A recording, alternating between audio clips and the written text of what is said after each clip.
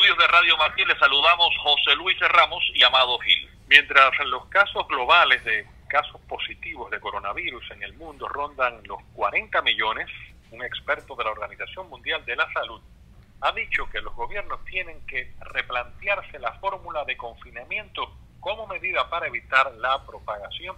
Efectivamente, hoy vamos a analizar este tema porque la Organización Mundial de la Salud, por supuesto, es la que rige muchas de las normas por las que nos estamos guiando en el mundo.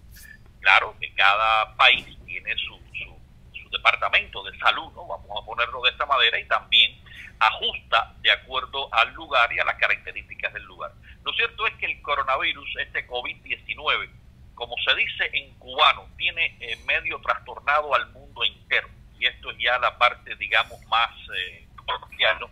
Porque no se sabe, incluso había discrepancia en la forma en que discrepancia así en la las partículas mantenerse en el aire. Han habido distintas informaciones, otros incluso plantean la enfermedad, o sea, que se llega a la inmunización de rebaño, como se le llama, o de masas. En definitiva, y ahora se habla del confinamiento cuando todos los gobiernos lo que están haciendo es mandando a confinar a la gente, cerrando ciudades, cerrando zonas completas, etcétera. Hoy tenemos a dos médicos para hablar del tema, a ver si podemos tener un poco más de claridad. Y en un lugar donde sí el rebrote comenzó por allí realmente en Europa y después vino para América y ha habido rebotes en Europa. Tenemos al doctor Eduardo León Bruni, lo hemos tenido en este programa anteriormente, se encuentra en Italia. Y tenemos acá en la ciudad de Miami al doctor José Antonio Cisneros, especialista en ingeniería biomédica. Bienvenidos a la... Comencemos por el doctor Cisneros. La Organización Mundial de la Salud, doctor, ha venido protagonizando numerosas polémicas, y esto desde que se inició o conocimos, ¿no?, del desarrollo de esta pandemia, por indicaciones, instrucciones que vienen dando a raíz de todo esto. Mi pregunta es, ¿vuelve la polémica? ¿Está la Organización Mundial de la Salud contra el confinamiento ahora? Mira, los que estamos en el campo de la medicina sabemos que la polémica en medicina es inevitable por una muy sencilla razón. Uno va aprendiendo con la evolución de la historia natural de la enfermedad. En otras palabras, cuando tu médico te ve por primera vez tiene una hipótesis de lo que tú tienes, pero a medida que va desarrollándose tus síntomas y tus signos o vas respondiendo a la terapia, toda esa hipótesis puede confirmarse o descartarse o aparecer una nueva. Y tú en ese momento dirías, caramba, pero mi médico parece que no sabe mucho lo que está haciendo. No, él sí sabe lo que está haciendo. Lo que pasa es que en biología la variabilidad es la norma. La Organización Mundial de la Salud respondió a esta pandemia en enero de este año como ha respondido a los clásicos procesos de pandemia de origen viral. Es decir, asumiendo una alta capacidad infecciosa y una alta mortalidad, una alta letalidad en el virus. ¿Por qué? Porque era la conducta que había que tener ante un virus nuevo para el cual no existía ni vacuna, ni sabíamos exactamente cómo se comportaba la inmunidad de las personas ante el virus. Han pasado 7, 8 meses, ahora estamos más claros, ahora sabemos muchas cosas que antes no sabíamos. Sabemos, por ejemplo, que no es tan fácil contagiarse de este virus tocando cosas donde otras personas infectadas hayan estado antes. Si eso fuera así, el número de casos mundiales fuera 3 o 4 veces la cantidad actual.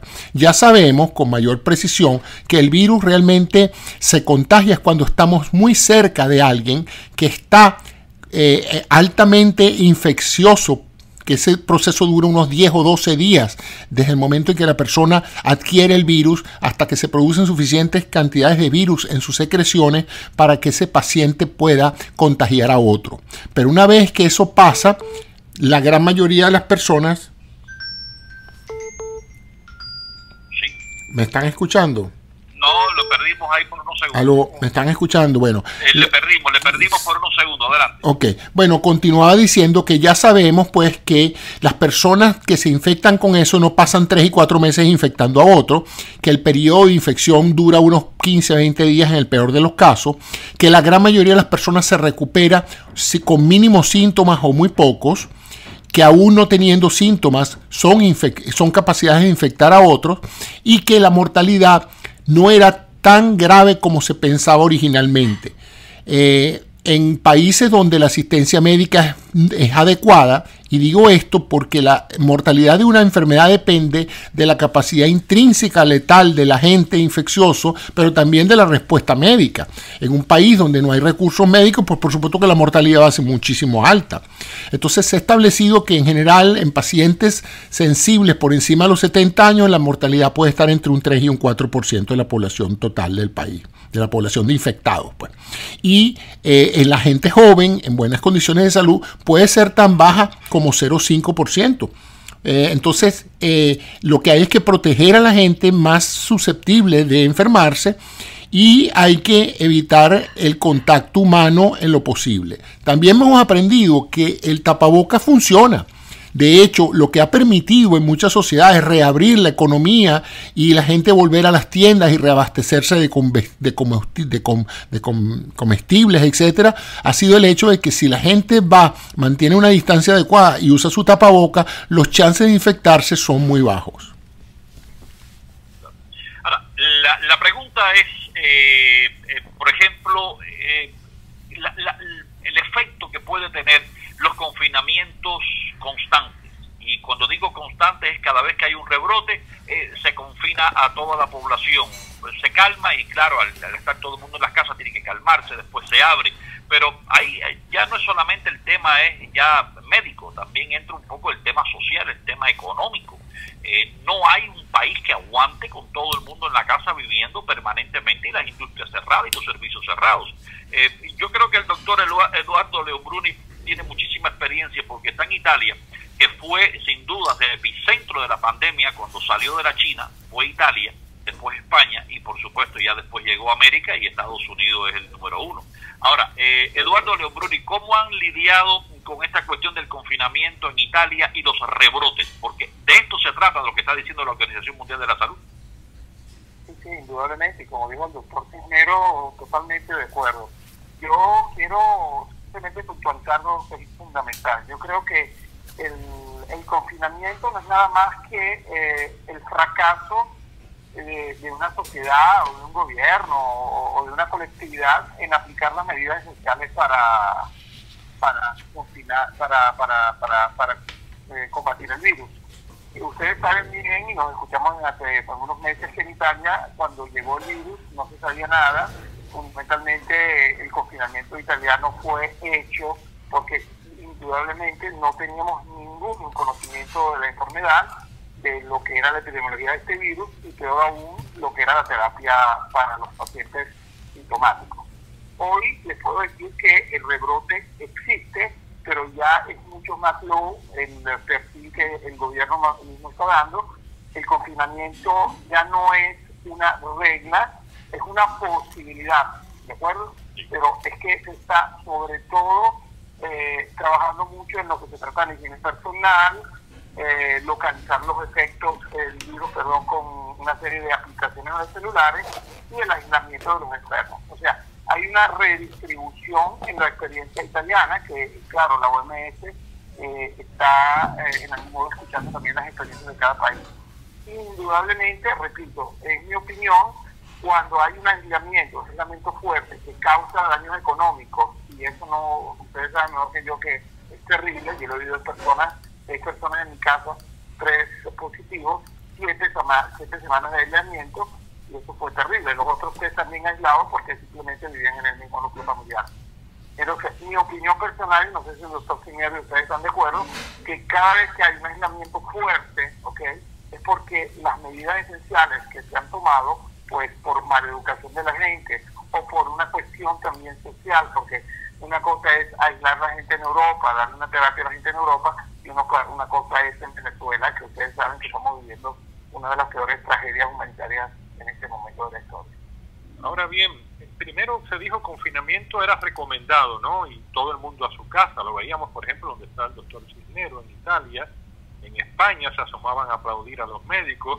Se desata la pandemia, eso pasa acá a América Latina, donde estamos nosotros, Estados Unidos. Hay que estar en su casa, hay que mantenerse alejados unos de otros, en fin. Pero yo quiero insistir y quiero preguntarle ahora, doctor Eduardo, este cambio a mí no me convence. personalmente se lo digo, ¿por qué pesa ahora más la economía y no pesó antes? Bueno, yo no, sinceramente, yo te hago la pregunta contraria, te voy a entrevistar así. ¿Cuánto nos cuesta en este momento el sistema sanitario, por ejemplo, en Italia? O sea, estamos de rodillas porque el sistema sanitario en Italia, si es cierto lo que tú dices, que el valor es el de la economía, yo te puedo decir que en Italia la cuestión sanitaria es mucho más pesada, respecto a diferentes posibilidades de economía. Por ejemplo, le hago un ejemplo estúpido. Ferrari, Ferrari tiene un aislamiento, entre comillas, casi cero de la gente que trabaja en su industria.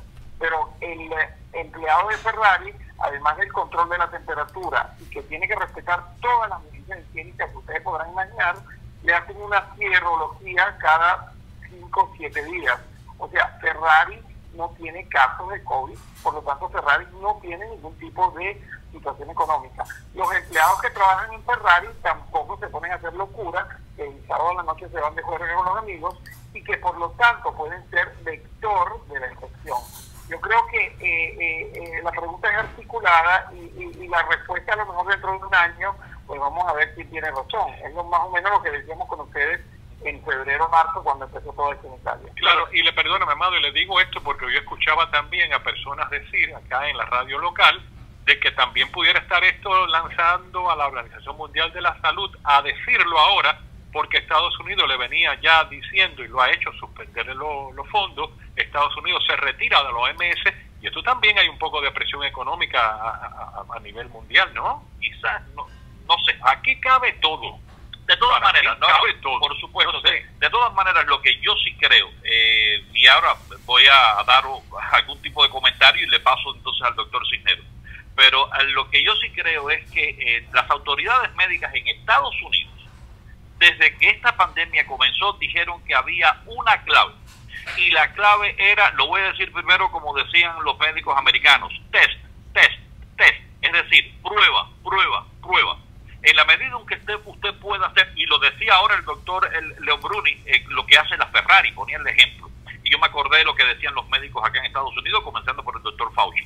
Decían, hay que hacer pruebas, porque en la medida en que usted identifique a la persona, usted aísla a una persona y no tiene que aislar a una comunidad entera y cerrar toda una industria. Así que yo creo que en este momento lo que se están dando cuenta que hay que tener más pruebas, saber identificar. Yo creo que la prueba, yo conozco ya centros de trabajo aquí en Estados Unidos, en la ciudad de Miami, que semanalmente le hacen una prueba rápida de COVID-19 a los empleados. Ya es automática. Yo creo que por ahí van los tiros para evitar el cierre total, doctor Cisneros.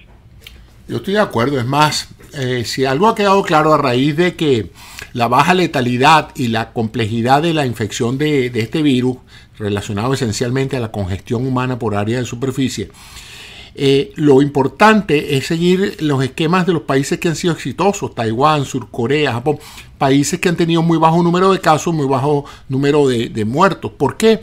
Porque ellos rápidamente han identificado a aquellas personas infecciosas, las han aislado del resto de la población general, y aún así han logrado pues mantener un efecto mínimo y reabrir sus economías relativamente rápido.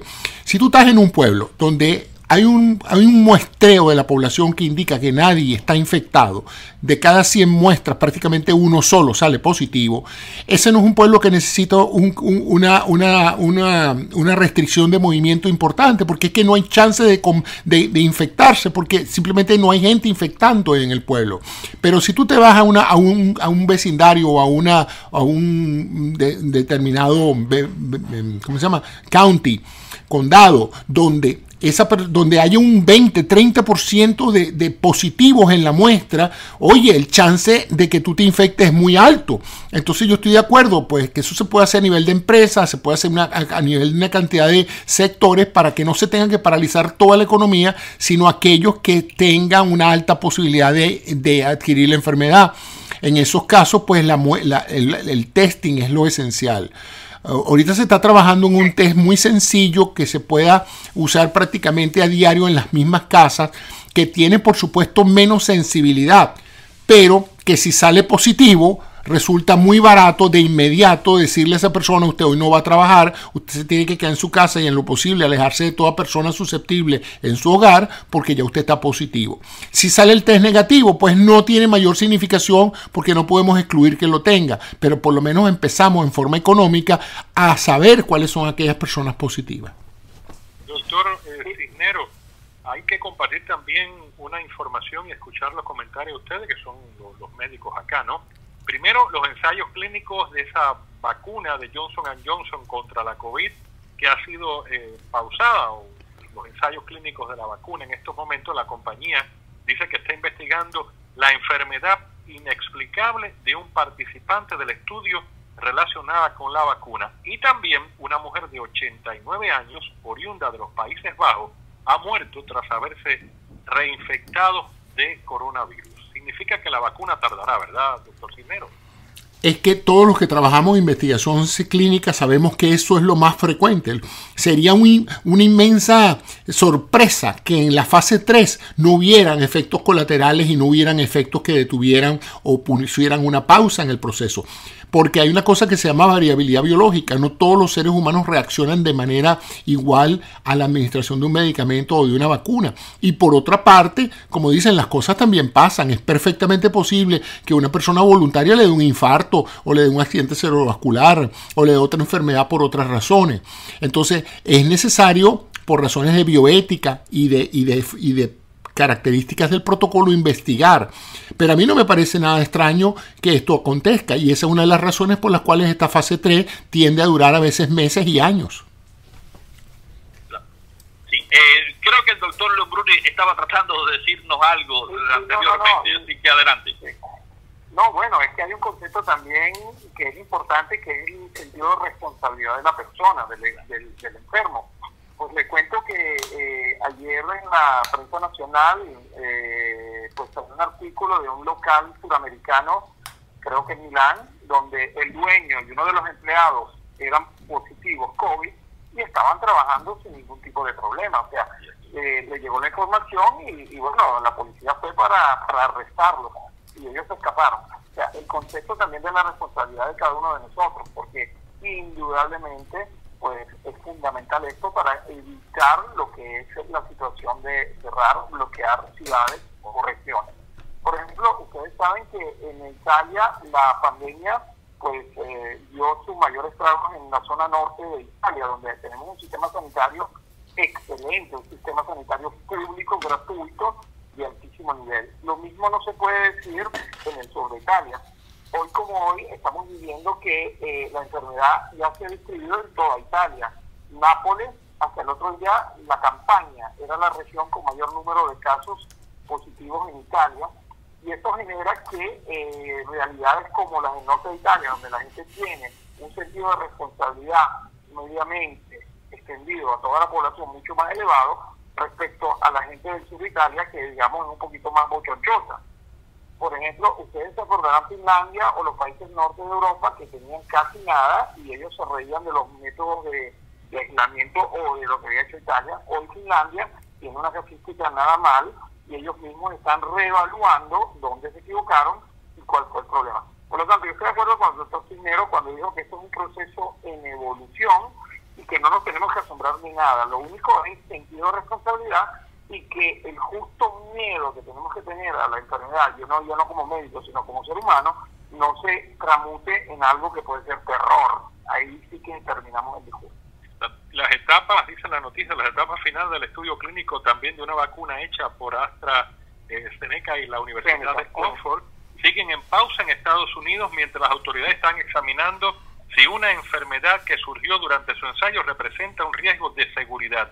También Johnson & Johnson está dando a conocer que el objetivo es reclutar a 60.000 voluntarios para probar si su método de una sola dosis es seguro y protege contra el coronavirus, pues se detuvo. Otras vacunas candidatas en Estados Unidos requieren al menos 2 inyecciones. Y le pregunto, doctor Eduardo, ¿cuántas vacunas habrá disponible el próximo año?